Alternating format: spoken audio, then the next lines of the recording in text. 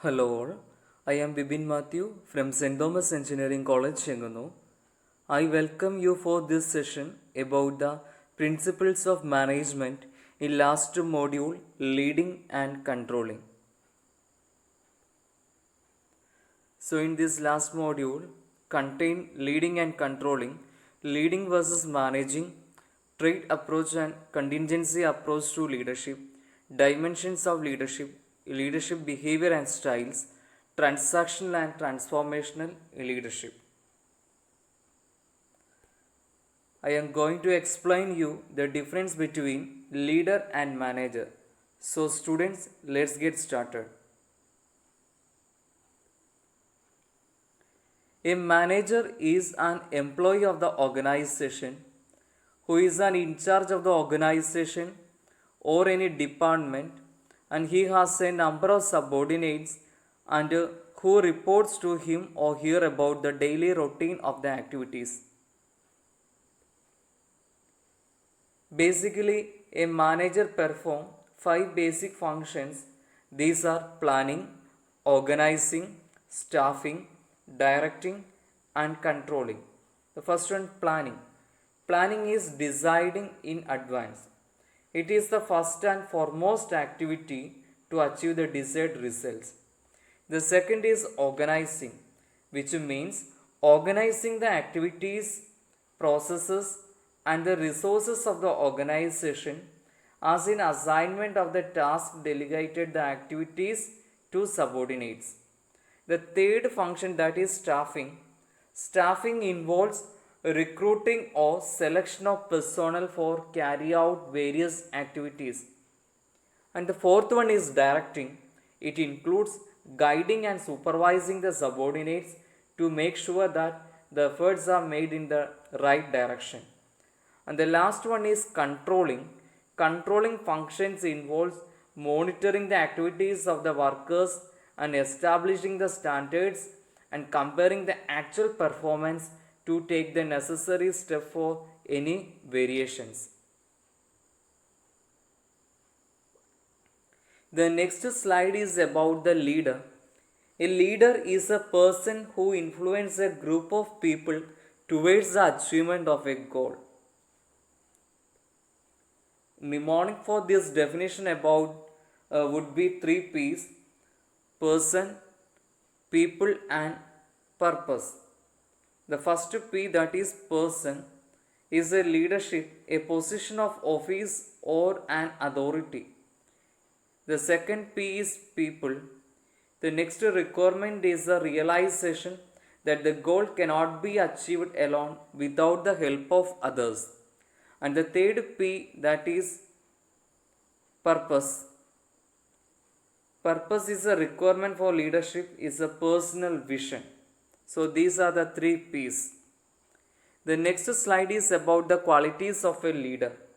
The most important qualities of a leader include encouraging people, vision, competency, charisma, communication, decision making ability, accountability, commitment and passion towards the goal, and creativity and innovation. The next slide, this is very important. The major difference between manager and the leader. On the basis of meaning, a manager is someone who is responsible for managing the entire organization. The leader is someone who is influences the subordinates towards the attainment of the desired goal. On the basis of aims, the manager aims at directing and controlling the people. On other hand, leaders aims at motivating and inspiring people. On the basis of skills, the basic skill of a manager is quick decision making and with respect to various matters of the organization and coordinating the activities of the management. On the other hand, a leader has the foresightedness. On the basis of people, a manager has subordinates who reports to him about the day-to-day activities, whereas a leader has followers who follows him. On the basis of conflict, a manager tries to avoid the conflicts as he believes it is going to harmful to the growth and performance of the organization. As against, a leader uses conflicts as an asset to provoke the people in doing better than others. On the basis of focus, while a manager focuses on the process of the organization, leader focuses on his people. And finally, we talk about the leadership style. In leadership style, the manager follows the transactional leadership style that involves rewards and punishment for motivating the subordinates. On the other hand, leaders follows transformational leadership style in which the leader employs charisma to inspire the followers in achieving the goal. The next topic, that is leadership theories. In the first leadership theory, about the trait theory of leadership. Trait theory of leadership is to differentiate the leaders from non-leaders by focusing on personal qualities and characteristics. So it is the oldest theory popularized from the time of ancient Greek. The theory identifies the specific personality traits that distinguish leaders from non-leaders. It is based on premise that leaders are born, not made, rather than being developed through learning. This theory is also known as the great man theory because it is based on the set of traits which are common to great men.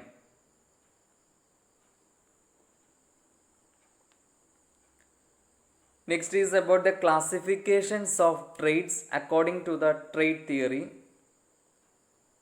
So according to trait theory, 6 classifications is there. The first one is intelligence, second is self-confidence, third is honesty and integrity, fourth is desire to lead, fifth one is the job relevant knowledge, and the last one is the physical traits. We'll discuss detailedly. The first one is intelligence. Leaders need to be intelligent enough to gather, synthesize and interpret the large amount of information and to be able to create the visions, solve the problems and make the correct decision. And the second is the self-confidence. Followers look to leaders for an absence of self-doubt. Leaders therefore need to show self-confidence to convenience followers of the goals and decisions. And the third category, that is the honesty and integrity. Leaders build a trusting relationship between themselves and followers by being the truthful and by showing high consistency between words and deed. And the fourth one is desire to lead. The leaders have a strong desire to influence and lead others. They demonstrate the willingness to take responsibility. And the fifth classification, that is job relevant knowledge. The effective leaders have a high degree of knowledge about the company, industry and technical matters. In-depth knowledge allows leaders to make well-informed decisions and to understand the implications of those decisions. And the last classification, that is physical traits like age, weight, strength, etc. So these are the 6 traits according to the trait theory of leadership. The next is about the advantages of trait theory. So the major advantages of trait theory is this theory is quite simple. Second one, it helps to separate the leaders from followers. And the third advantage is trait theory provides benchmark for identifying the leaders. In this theory, we can identify the leaders very simply because they provide the benchmarks. So the next slide about the disadvantages of trait theory. There are some fundamental issues with the trait theory.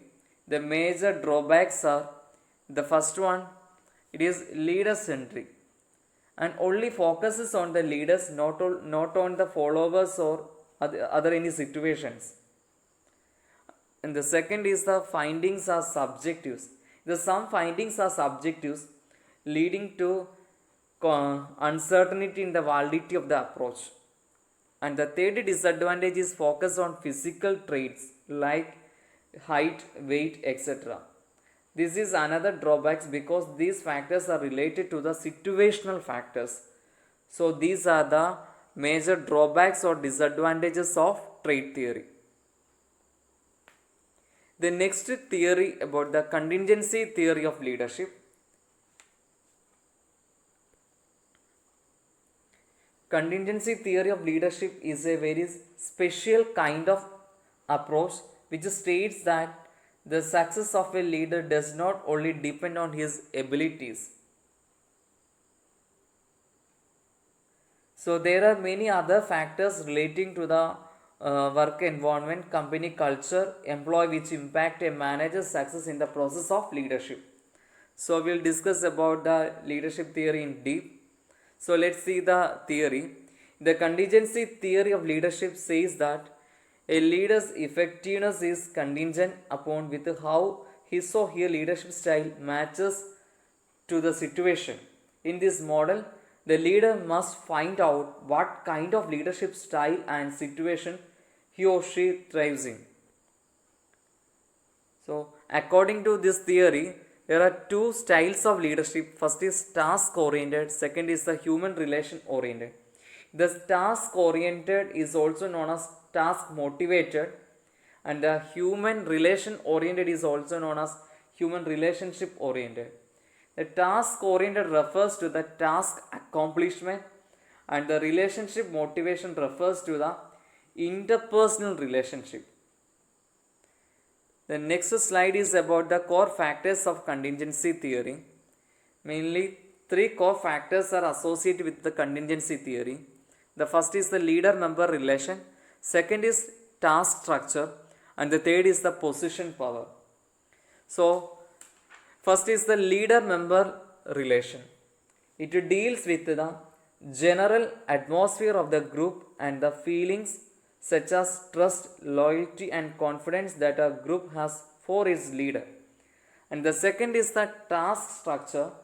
It is related to the task clarity and the means to the task accomplishment. And the third is the position power. It relates to the amount of reward, punishment, authority the leader has over the members of the group. So, these are the three factors determine the favorable of the various situations in organization. Next is about the advantages of contingency theory. Contingency approach is dynamic in nature because it changes according to the situations. It allows managers to change the policies according to the situation. The second one, contingency approach provides options to the employees that helps them to grow and share their ideas to the business. And the third advantage, contingency approach helps the managers to enhance their leadership and decision making skills. So next about the disadvantages of contingency theory. Contingency approach has a complex approach. The suggestions of the approach is very simple, but when it comes to practical, it becomes more complex. And the second disadvantage, reactive in nature. This approach is basically reactive in nature. Sometimes the handling the situation become hard for the manager. And the last disadvantage is contingency approach suffers from inadequacy of literature. It is not sufficient to say that a managerial action depends on the situation. Next is about the leadership style. A leadership style is a leader's method of providing directions, implementing plans, and motivating people. So there are many types of leadership styles. So leadership styles are broadly classified in three based on authority retained, entrepreneurial leadership, Likert Force style. So based on authority retained are autocratic leadership, democratic leadership, and free reign leadership. On Likert Forstyle further classified into exploitative autocratic, benevolent autocratic, consultative and participative leadership. So the first one we'll discuss about the autocratic leadership style.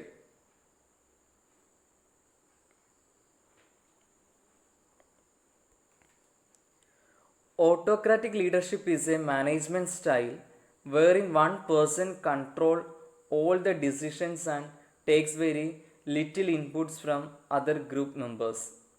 So, autocratic leaders make choices or decisions based on their own beliefs and do not involve others for their suggestions or advices. So, the features of autocratic leadership styles are: all the decision making powers are centralized in the leader. Under the autocratic leadership style, all the decision making powers are centralized in the leaders, as with the dictator leaders. The second one, they do not entertain any suggestions or the initiative from the subordinates. The autocratic management has been successful as it provides a strong motivation to managers. And the third feature, that is quick decision making.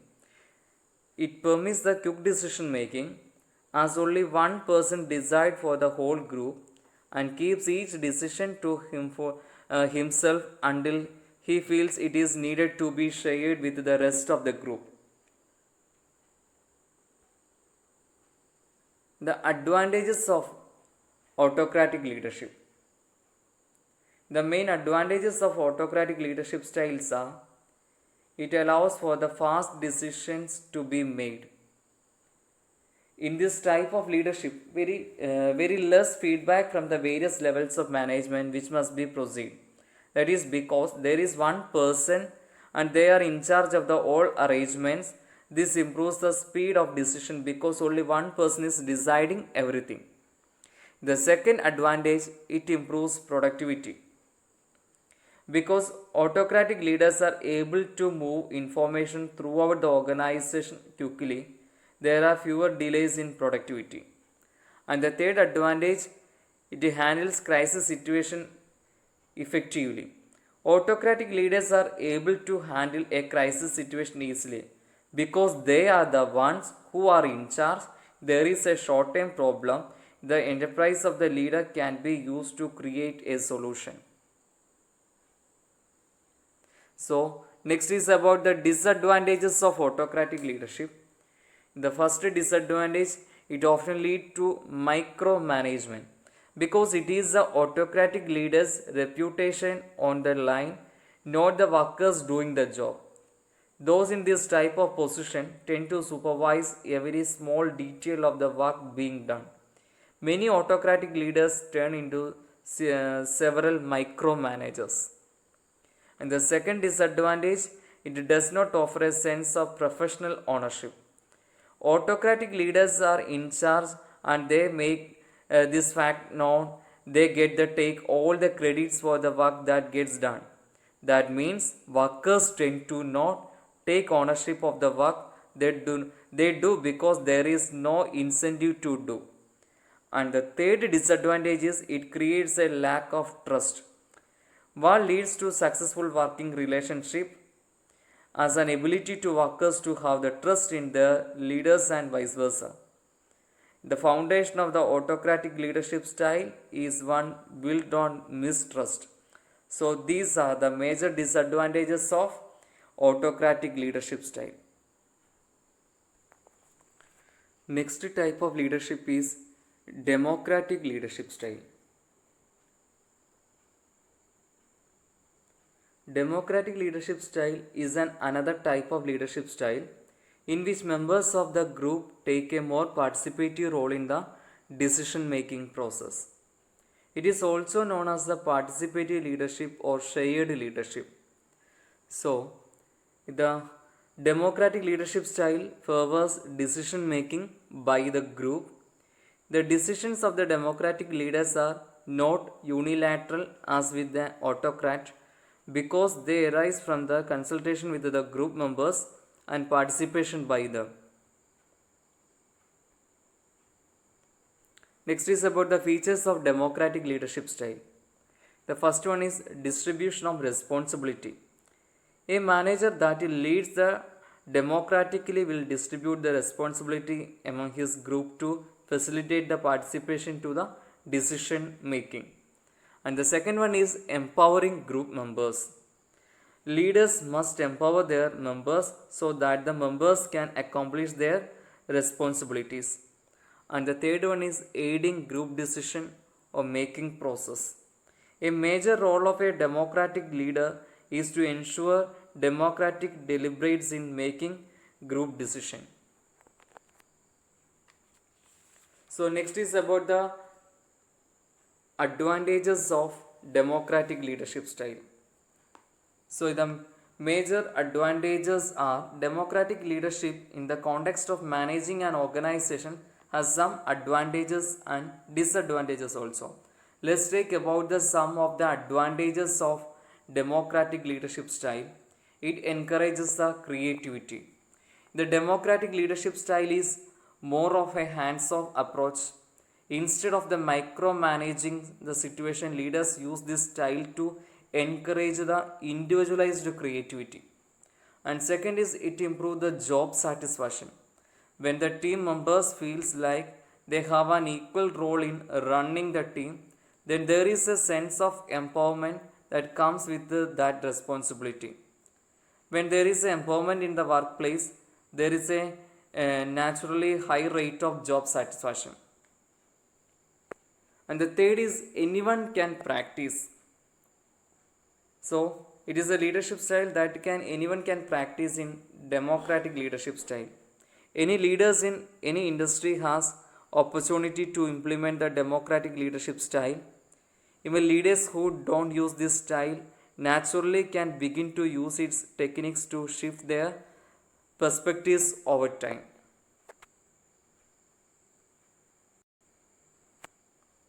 Next is about the disadvantages of democratic leadership style.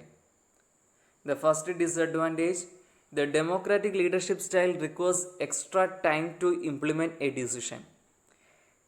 Democratic leaders can quickly increase the levels of morale other than by soliciting the ideas, opinion from the members. The only problem with this approach is that you can take the significant amount of time to complete because there are a large number of direct reports involved in the decision making process. So the second is a second disadvantage, that is the democratic style encourages no one to take the responsibility for the bad ideas because everyone is involved in the decision making process. With the democratic leadership style, then it encourages not one to take the responsibility should a failure occur. And the third is that this leadership style is ineffective during the crisis situation. The democratic leadership style works well when there is enough time to develop an informational database from an entire team of the indirect reports. If an organization is facing an emerging situation, then the time to take to solicit the feedback from the each workers become the hindrance because it increases the delay of the resources implementation.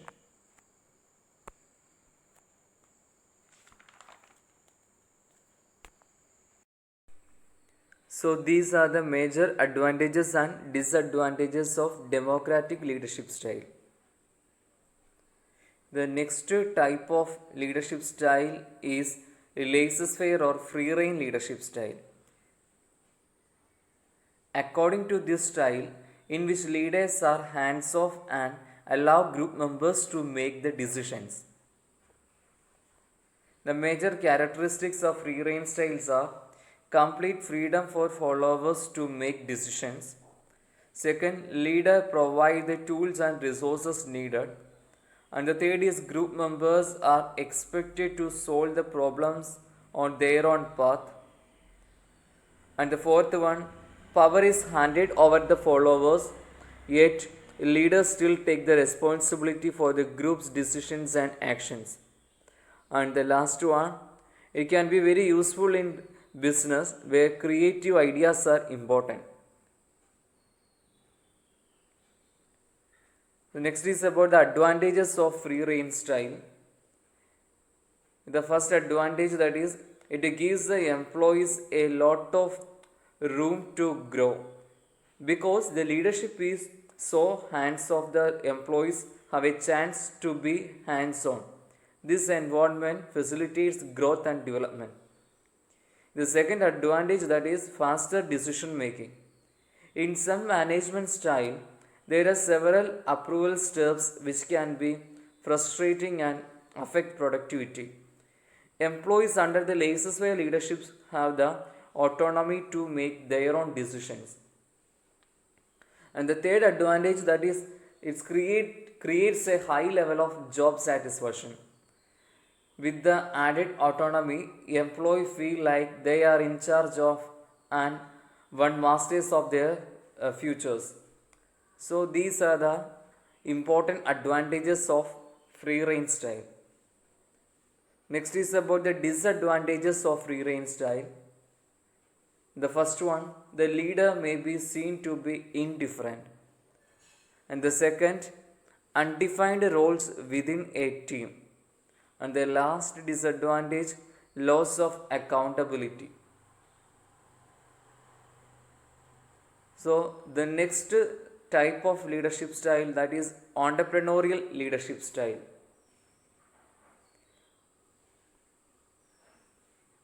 Entrepreneurial leadership is a process through which an entrepreneur is able to influence employees to achieve the objectives of the organization. An entrepreneurial leader will productively identify the opportunities to gain the advantage through creativities, innovations, and market understanding, and then the point to the customer. The next is about the elements of entrepreneurial leadership. Entrepreneurial leadership include the following elements. First one, seeking self-improvement. A great leader always seeks to become even better. The second is processing technical skills. While the leader may not need to have the greatest technical skills in their organization, they need to be savvy enough to lead the team. And the third element, that is accepting responsibility for actions. Leaders and companies always make mistakes. The great leaders don't place blame on others. And the fourth one, that is making decisions. Good leaders must make good and timely decisions. And the fifth element, that is being a role model.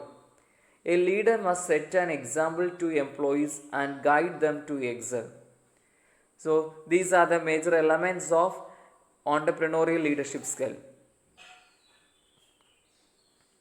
The next topic, that is Likert for management leadership style. Francis Likert identified the four main styles of leadership, in particular around the decision making and the degree to which people are involved in the decision. So Likert's four management leadership styles are: the first one is exploitative or authoritative leadership style. Second, benevolent autocratic leadership style. The third is consultative leadership style. And the last one is democratic leadership style. So we will discuss the detail in four styles. The first one is exploitative or authoritative leadership style. In this style, the manager has no confidence or trust in subordinates.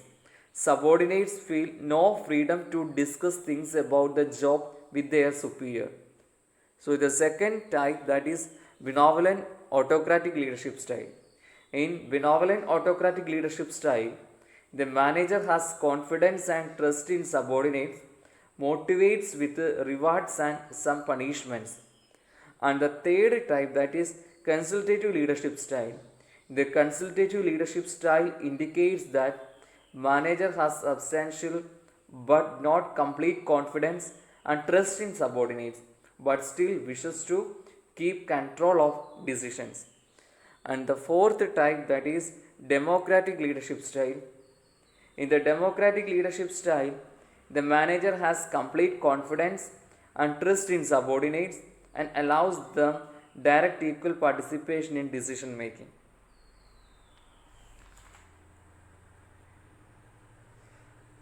So, the next topic, there are two theories, transactional and transformational leadership. So, we will discuss about the first is transactional leadership style.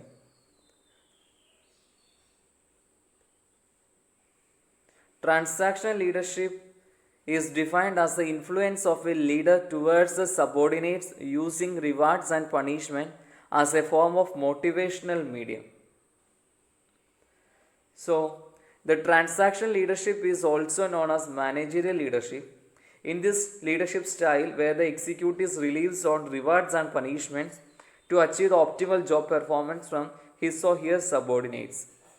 So, this slide is about the characteristics of transactional leaders. So, there are several characteristics of transactional leadership style. So, the major characteristics are: first one, supervise and give the direction. Supervision is the most important element in the functioning of management. Transactional leadership always focuses on the performance of each employee. The second characteristic, that is practicality. The transactional leaders adhere more to realism over idealism. The transactional leaders work by considering all the realistic constraints. So the third characteristic required a structured environment.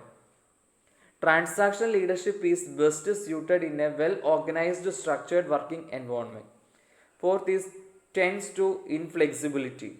The transactional leaders impose their own orders and instructions on their employees. There is no creativity and innovation in this leadership style. And the next one, reward performance. The term transactional refers to the exchange of rewards for performance.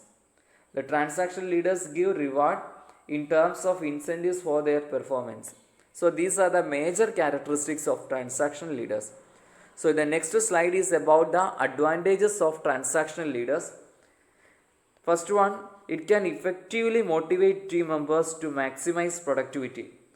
People stay employed because there is a reward in doing so that they find to be valuable. And the second advantage, it eliminates confusion within the chain of command. A transactional leadership style creates a clear chain of command that is easily recognized by the entire team. So the third advantage, it is a simple process to implement. The transactional leadership is straightforward and simple. It does not require a manager to have extensive training or specific personal leadership traits. The next one, it creates a system that is easily to follow. The team members within a transactional environment can quickly implement the instructions they are given. And the next advantage, it allows workers to choose the rewards they want to achieve. In the typical transactional environment, the workers are allowed to choose which rewards they value the most. So, these are the major advantages of transactional leadership. So, the next slide is about the disadvantages of transactional leadership. The major disadvantages are: the first one, it creates more followers than leaders. The companies can struggle when they focus on transactional leadership above anything else. If the leaders leave the company, then the rest of the team may not know how to complete their next assignment, because the transactional leadership puts all the leadership responsibilities in the hands of the team leader. The second one, not suitable for certain leadership situations. One of the major weaknesses or the disadvantages of transactional leadership is that it is inflexible. And the third one, it limits the amount of innovation that is achievable. Transactional leaders are rigid and unyielding. They don't bend the value because the rules are there for a good reason. Even if that reason is not known to them, this attitude limits the innovation because team members stay focused on assigned tasks only. So these are the disadvantages of transactional leaders. The next theory, that is transformational leadership. Transformational leadership is a leadership style in which leaders encourage, inspire, and motivate employees to innovate and create changes that will help grow and shape the future success of the company. So, major characteristics of transformational leadership are: first one, inspirational; second is mobilization; third is the conflict resolution. Inspirational context, transformational leaderships are inspirational in that the leader can inspire workers to find the better ways of achieving goals. It should be a mobilization because leadership can mobilize people into groups that can get work done and morale. And the last characteristic, that is conflict resolution. Transformational leaders are good at the conflict resolution. So, the next is about the advantages of transformational leadership. The major advantages are: first one, excellent at communicating new ideas; second, good and balanced short term visions and long term goals also; and third one, they have integrity and high emotional intelligence, that is empathy with others. And the next is experience building and strong conditions and establishing mutual trust. So these are the advantages of transformational leadership. And the next is about the disadvantages of transformational leadership. So disadvantages are: first one, ineffective in initial stage or other situations; and second is bad fit in the bureaucratic situations. So these are the disadvantages of transformational leadership. So students, this brings to the end of the session. I covered the most of the areas in the 6th module. I hope find the topics very useful. Thank you.